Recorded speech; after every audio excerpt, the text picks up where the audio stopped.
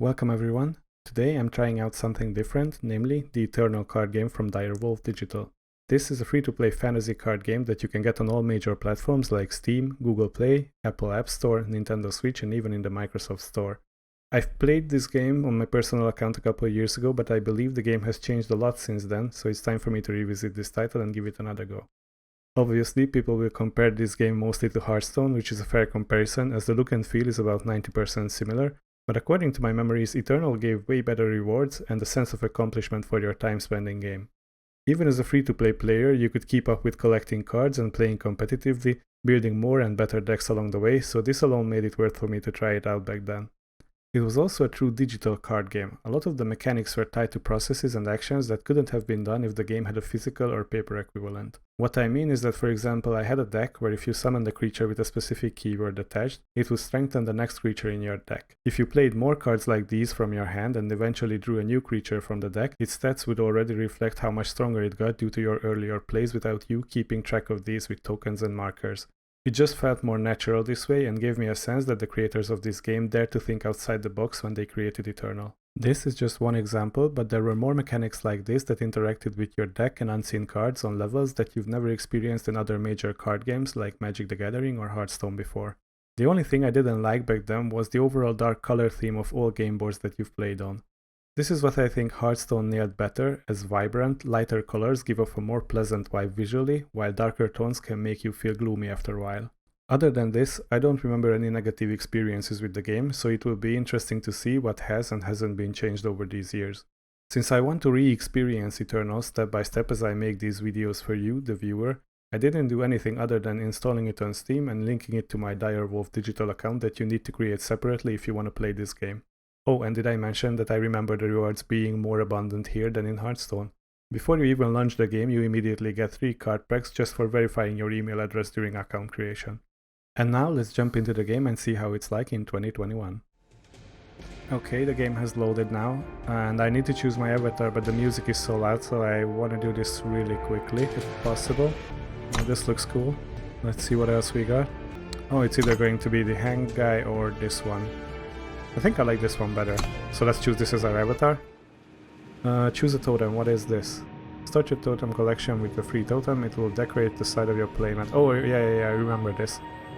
I think these are the sigils or the colors in the game if you are coming from Magic the Gathering background. I think this is Fire, Time, Justice, Primal, and I don't remember this one. Primal is fine. Taking bounties is a rough bit of work, but the money's good, as long as you're alive to spend it.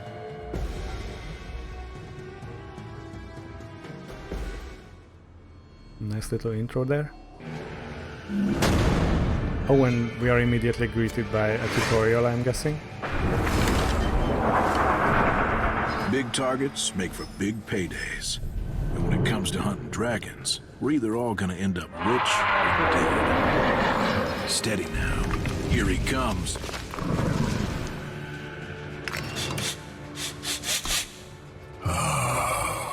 My old friend, the bounty hunter.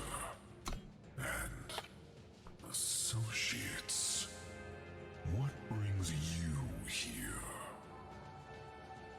Now, hit him fast. Get in a surprise attack with your gunslingers. I'm guessing this is the tutorial, of course, and we are jumping straight into action. These are the totems on the left and right side, so what I was choosing will be placed here or here. I don't know which side will be mine in the end. I think the right side, obviously, because he's my enemy. So yeah, get in a surprise attack with your gunslinger. What does the gunslinger do? Oh, I think I'm the gunslinger, okay. I think on the left side we have the power and on the right side we have the HP value of the card. So I'm guessing we just need to click on it.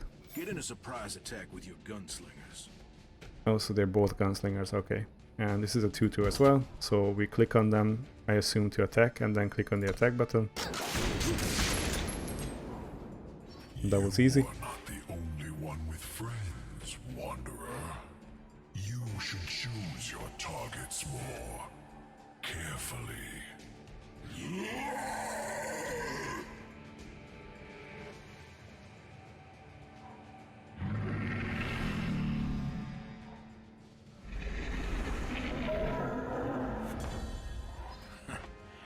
this line of work, it pays to be prepared. Okay, so we got some Spells to beefy take boys down here. those dragons. So this is a spell, so we can, I assume, play it anytime we want, but we can kill something with power 4 or greater. I don't think it matters which one I take out, but I'm guessing the one with the higher HP value should be prioritized first, as they don't seem to have any other attributes. Oh, and when I try to cast it, it turns into this arrow. Okay, so I want to take out the left one Gun first. down the other dragon. What's this card? It deals 5 damage to an enemy unit without quick draw. What's a quick draw? Well, regardless, it doesn't have it, so...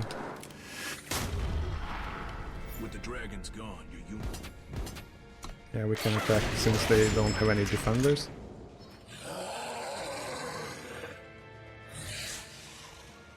When will you learn, gunslinger? I'll end you myself.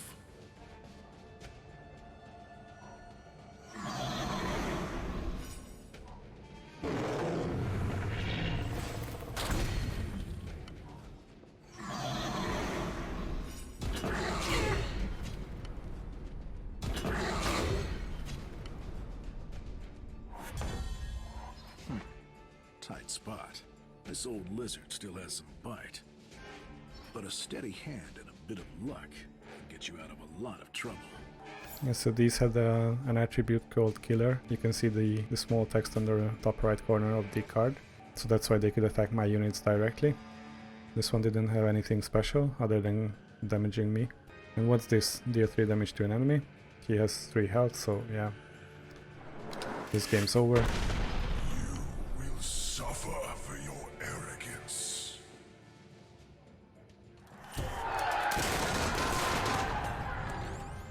Nice little animation on the saloon That there. was a long time ago.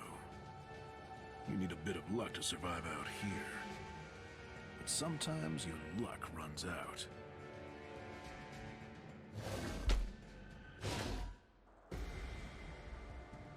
I'd had better days.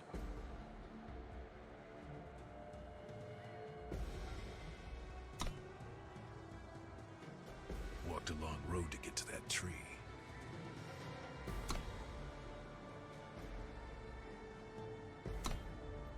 Never guessed my road would finish with me dancing on the end of a rope. But so it did. Any last words, traitor? It don't make much difference, I suppose. But I was always raised to believe you should listen to the truth from a man you're about to kill. And this here truth is the one thing that ain't nobody telling you. And what truth is that? The truth of how we ended up here. Of why things are going to hell.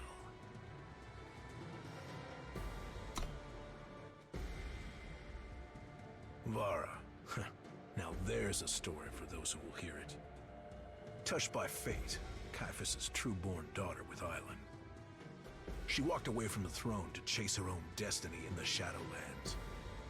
With Azendel to guide her, she went looking for secrets that shouldn't be learned. The poor girl strayed from the path and found herself in the darkness.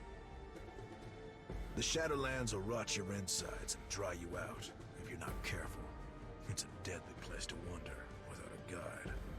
I can't say where it was she found Azendel, but there was much he had to teach.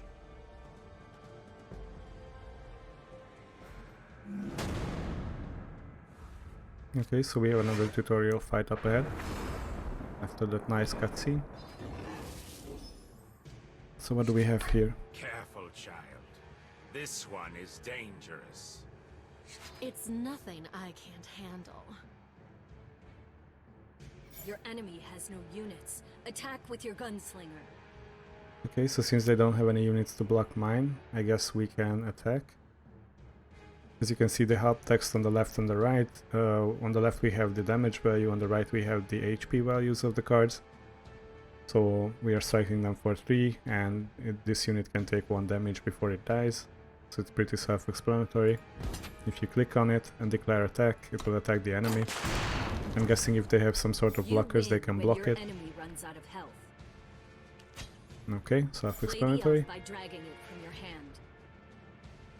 This is a 4-1. Elf Explorer. I don't think Explorer does anything, it's just a card type. Were our woods once. It had a mana value of 3. Select On the top both of left your corner. units so they can attack together. So yeah, we have 6 mana or whatever this is, I don't know what it's called here. They have one blocker with an HP value of 3.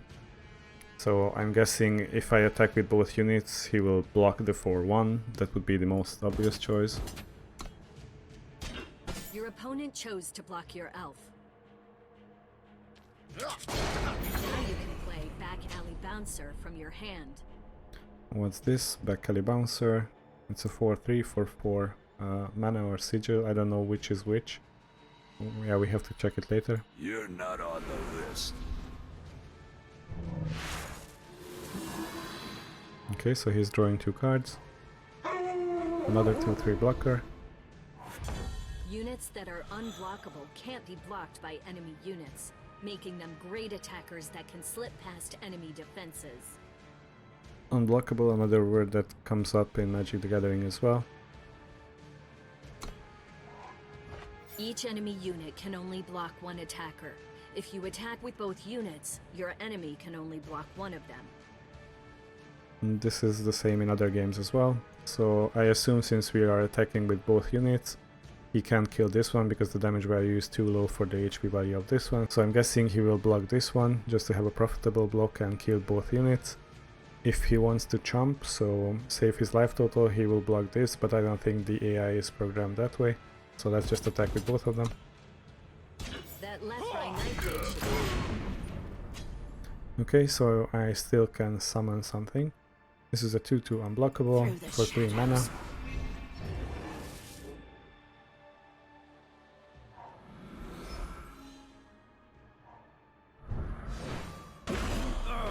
Okay, so he killed the bigger guy.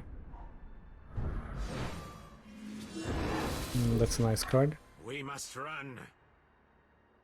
No. I've done enough running. I assume we are drawing into something really Weapons good. are played on your units. They provide bonuses to strength, health, and sometimes have additional effects. Okay, so this is a +6/+6 for my what's it on your unit, so it will be for my unblockable unit, making it an 8/8. He has 8 health, so I'm guessing we won. Drag that axe to your unblock. Attack with your Nightblade. That wasn't so tough. Patience, girl.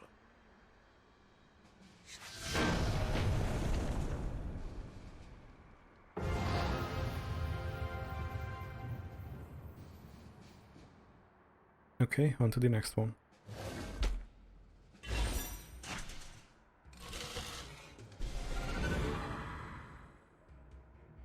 It's an easy thing to lose your way in that forsaken place, and the Shadow can do strange things to you.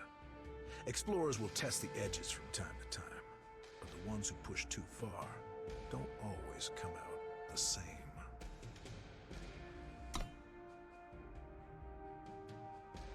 Okay, so if we complete this the storyline tied to this girl, Vara, so we will get the Shadow Strike starter deck. And I think I remember that you can get a starter deck for each and every sigil in the game.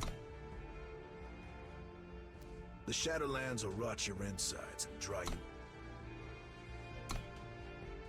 Taking bounties is a Yeah, so these are the ones that we did. Good, as long as you're alive to spend it. This was against the dragon. This is the cinematic. This is another The storyline. Shadowlands will rot your insides and dry you out if you're not careful. This was the fight that we just It's an did. easy thing to lose your way in that And this will be the forsaken next place. fight, and I'm guessing we have another fight after that, and then a storyline as well. Explorers will test the edges And from we time have to all the time. sigils down here, so we will have a starter deck after we complete each and every storyline. So that's my assumption. Okay, so let's jump into the next one.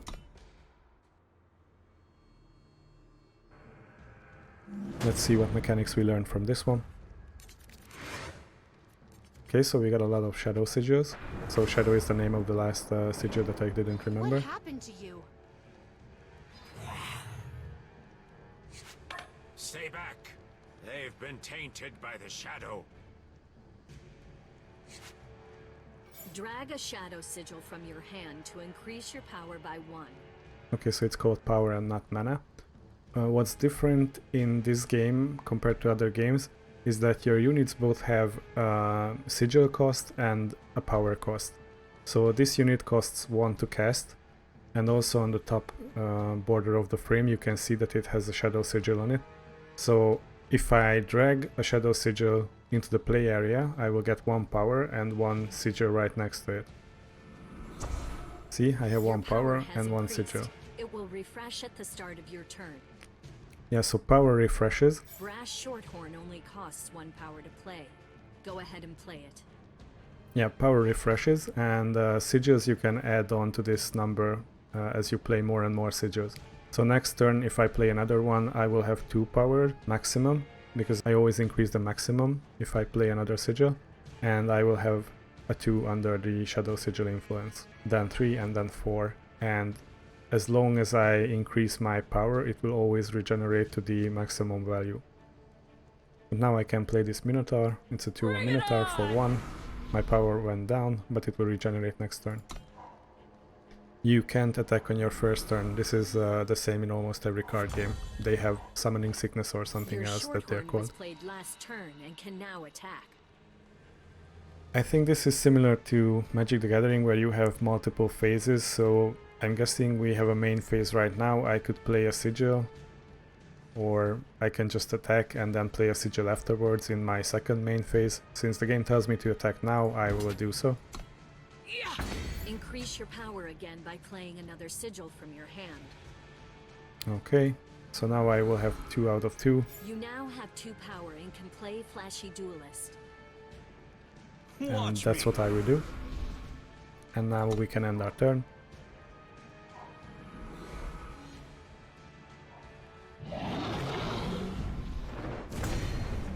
Remember, you lose the game if your health is reduced to 0. So summon does something when played, okay, that's self-explanatory. Health reaches 0, we lose, okay. Spells have a one-time effect when played. Drag them to the unit or player you want to affect. Okay, I don't Take know. out that enemy wolf with your spell. I don't know how I did that. Maybe if I click on this, yeah. If I click on this, we can check out how many powers we have. And I think this is the turn one we are currently on. So this is the 3rd turn. We can kill this with 3 attack or less, which means it won't have profitable blocks on these 2. Now the coast is clear. Attack with all of... Yeah, we can attack with both units, and I can still play a sigil. We can't play this one because it costs 4 power. We will have to leave that for the next turn. Happy hour is over. The enemy outlaw can only block 1 of your units. Attack! Okay, so he can block 1, that's okay. At the end of your turn, if you have no cards in your hand, draw Praxis Outlaw from your deck. So you will immediately draw him if you have 0 cards in the end of your turn. Which is a cool feature. Let's play a sigil first. Then do the attacks. I don't know what he said because I Now you just can get your bouncer into the fight. skipped it. He was probably telling me to play this. Not on the list. We can end our turn.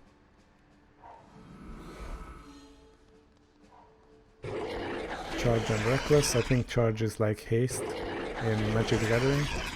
Yeah, so they can immediately attack. Drag your bouncer to block a hound. With 3 health, it will survive the hound's 2 strength attack. Yep, it turned out how I wanted it to be. We can only block 1 creature, of course, so the other one got through. Even though your units are damaged in battle when they block, they recover all of their health at the end of each turn. Okay, so it's a 4-3 now Units again. with infiltrate provide a special effect the first time they damage the enemy player. Look for opportunities for them to get past enemy blockers.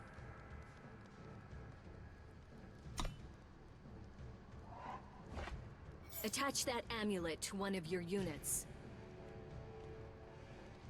+1/+0. If I want to diversify my units, I would attach it to this one, the brass shorthorn. But since it only has 1 toughness, I think I will attach it to the Beckley bouncer.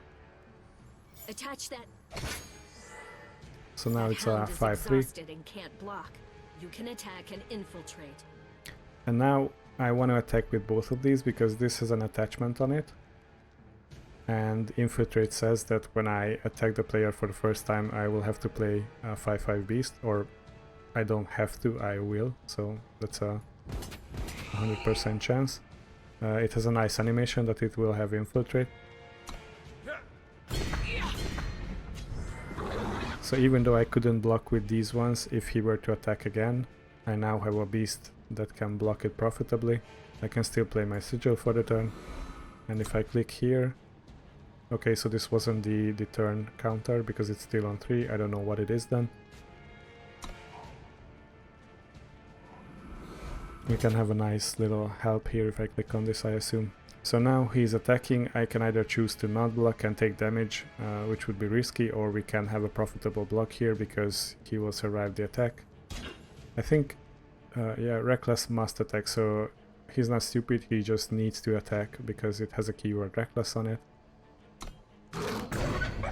So our unit survives, and we have 3 units for the next attack phase. He can block 1.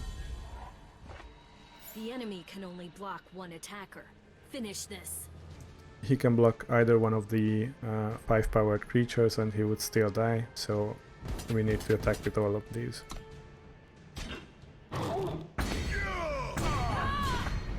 The poor things.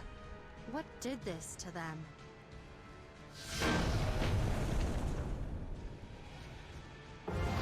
Mission accomplished.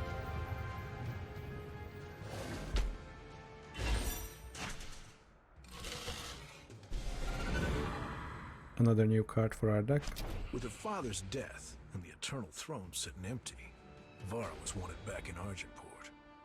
Her uncle Roland sent one of his best men to escort her home, whether she wanted to go or not. It seems Vara had other plans. So let's play out the last story chapter.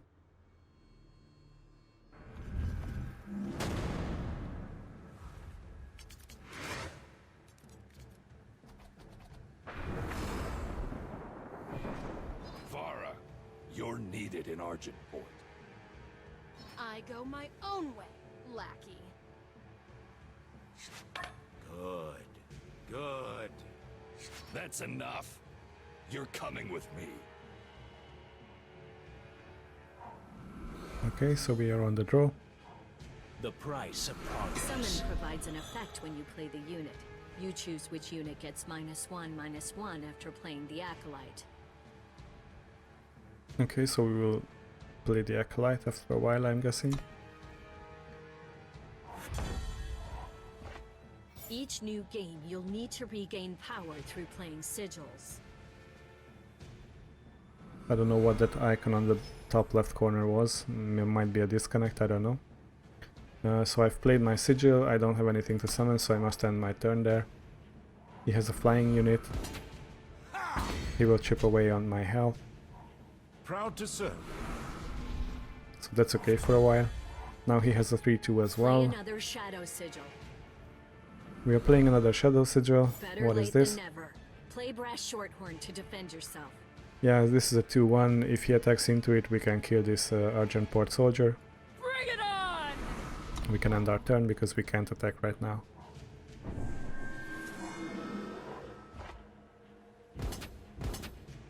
What was this? Better block before your health gets too low.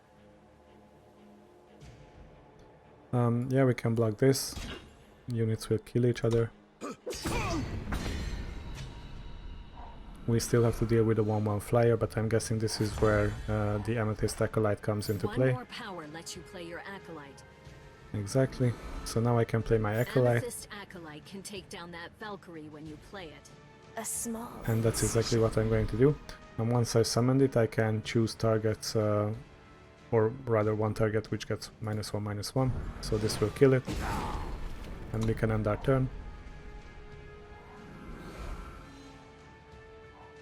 Rule number 1, don't drop your tools. What's this? Price of progress. Oh, so they have... When one of your units with lifesteal deals damage, you will gain that same amount of health. Okay, so lifesteal works pretty much the same in all other games. Infused Strike is a nice trick. Attack, and Ironthorn won't see it coming. Yeah, so basically he has another Valkyrie recruit, which we just killed. And what's this? When you play a relic, Tinker Overseer gets +1/+1. And not only until the end of turn, so this is permanent. Okay, it's good to know. I assume if we attack, he will block with the 1/1. And what's this? This is the lifesteal one, so if he blocks with the 1/1, we will be 5/2 with lifesteal, so we would get 5 health back. And it doesn't let me cast my sigil first, so that's okay. If I attack now, I think fast spell refers to the instance that you can get in other card games. Okay, so he was blocking there. Got them. Drag Infused Strike to your Acolyte. So Acolyte stays alive and will get me a bunch of life. Thanks to lifesteal, your Acolyte gains you 5 health. That's You're getting lovely to closer hear. to playing Direwood Rampager. Okay, but until we can play Direwood Rampager or whatever it's called, we still have the sigil for the turn, so we can play Flashy Duelist. Watch me! You'll never escape. Rowan will send others.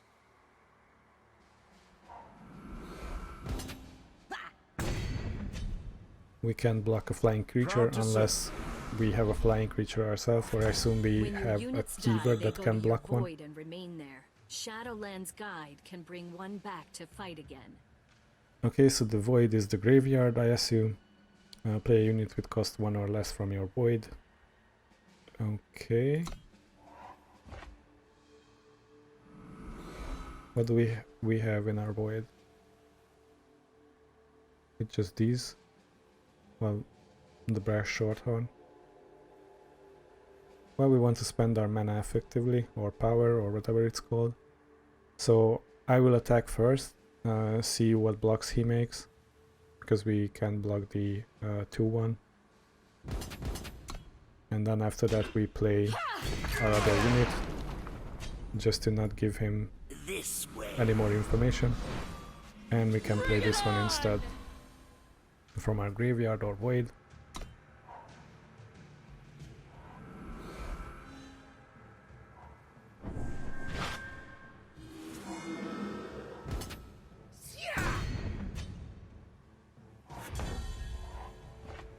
Okay, so Inspire, this is the one I was talking about in the intro of my video. So top unit or weapon in your deck gets +1/+1. It will automatically be reflected on the unit or weapon the next time you draw it. Okay, so we can play our Sigil. We will have 6 power for the Direwood Rampager. But now I would like to attack with all 3 of my units, since he doesn't have any blockers and he already attacked, so he can block any of my units. 16 to 9. And I can summon this.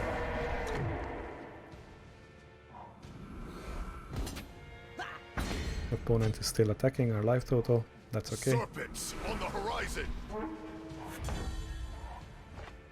Your 7th power lets you play Inspire Obedience. Okay, good to know. So Inspire is the other one. And this is Warcry. I had a deck with Warcry as well. So when this attacks, the top unit or weapon gets +1/+1, same as Inspire the previous round.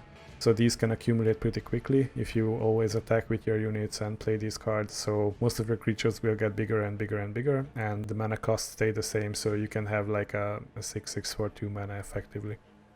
Now I can play my Sigil. Play Inspire Obedience to take down the soldier. Okay, so spell I assume is like sorcery in Magic the Gathering, so we had fast spell before, which could be called instance, and this should be a sorcery. So I have to use this now, I can't use it once I declare my attackers. This will kill an enemy unit, and my units will get +1 attack this turn. So since this cannot block, I wanna kill this one, the Town Watchman, and then this is 3, 4, that's 7, that's 10, and that's 17 damage coming in for the enemy's life total, so that's good. Your units are stronger this turn. Attack.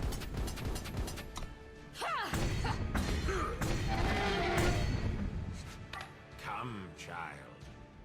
I have something that can help. Mission accomplished again, and I think we are getting another cutscene right now, plus we unlock the Shadow Strike starter deck.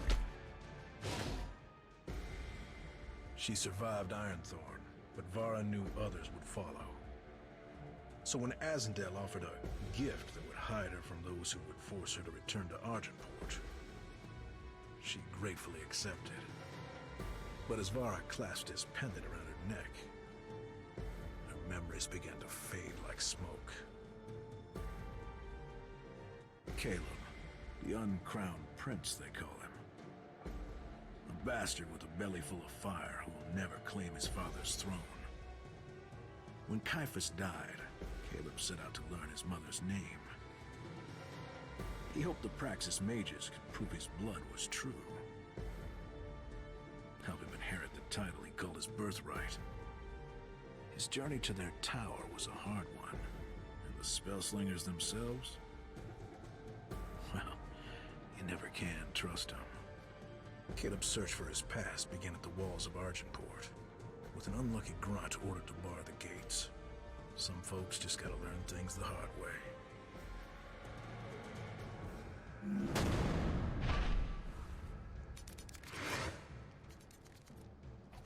Okay, so this is Kaleb's story now. I'm sorry, sir. Commander Roland has ordered the gates sealed. You'd make me a prisoner inside my own city? No, sir, please. I have my orders. You've got your orders, and I've got my shotgun. Which one do you want to listen to? I am Seraph. I will prepare you for the many dangers that await in the wide world. Now, let us begin. Okay, so since this match started automatically, I will try to play this out as well, and I think once we are done here I will conclude this video. But The now, unit with Warcry attacks. The topmost unit or weapon of your deck gets +1 strength and +1 health, or +1/+1 for short. This bonus stacks with each Warcry. yeah, so this is what I was talking about. I was already playing out my sigil once I was interrupted with this speech, but that's okay. So this is the Warcry deck. I really liked Warcry when I was first playing this game like 3-4 years ago. I don't remember when I was playing this, but it was a pretty decent deck. Oni Ronin costs 1 power. Play it from your hand. Yeah, so we had our sigil down. Die with honor. Your move.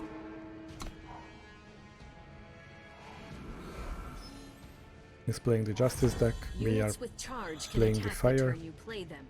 Find opportunities to surprise your enemy with the damage they can do. I'm leaving one way or another. so Play a Warcry. fire sigil to reach 2 maximum power. Warcry, you need to attack for it, so it's not like Inspire in the previous match. With charge, you can play Blazing Renegade and attack with it right away. Always bring a knife to Charge a is like gunfight. haste, so we are dealing 4 damage now, and we will boost the next item or unit with a +1/+1 on it. Fast spells can be played not only on your turn, but on enemy turns or in reaction to enemy spells. Okay, so it's giving -6 to one of my creatures. Just for this turn, so that's okay. Hold the gates!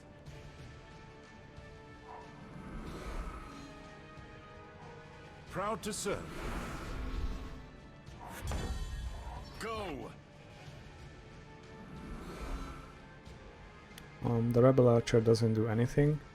I assume if I play this right now, he won't block any of these creatures, because he can block this one the next turn that I attack, and it would be more profitable, so let's just attack right now, without giving this information away.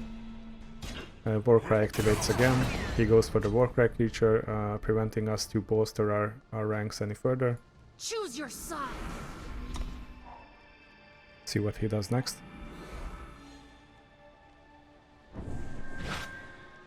First unit has -3. I think this is permanent because it doesn't say until end of turn. Ronin is normally a 2/1, but this Ronin was given +2/+2 from Warcry. Yeah, this is what I said earlier. So since I was attacking twice with the same Oni Ronin, or not the same, the previous Oni Ronin that I've summoned, now this one that I just drew has 4/3 on it, but the same mana cost. So this is how Warcry decks can get out of hand pretty fast.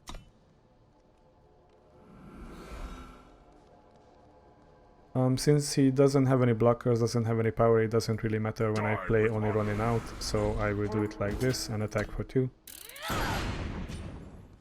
I don't want to attack with this one. I think technically I could, but since it does 0 damage, it's better as a blocker. Stand aside. It's a 0/2, so it can damage my units, which is lovely to hear. Okay, so when I attack, it will be a 4/4. It's not that great of a card, to be honest. So let's attack first.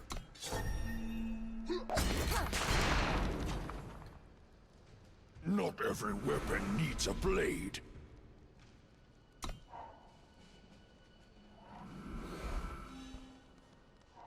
Proud to serve. Order! Order!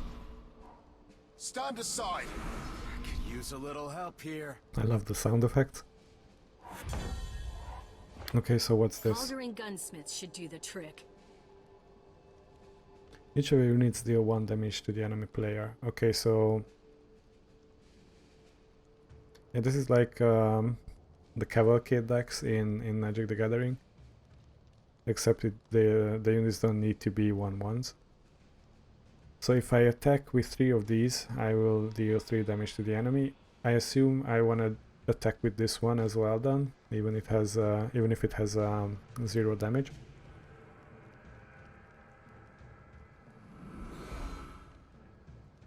With Yeah, let's do that. Right on time.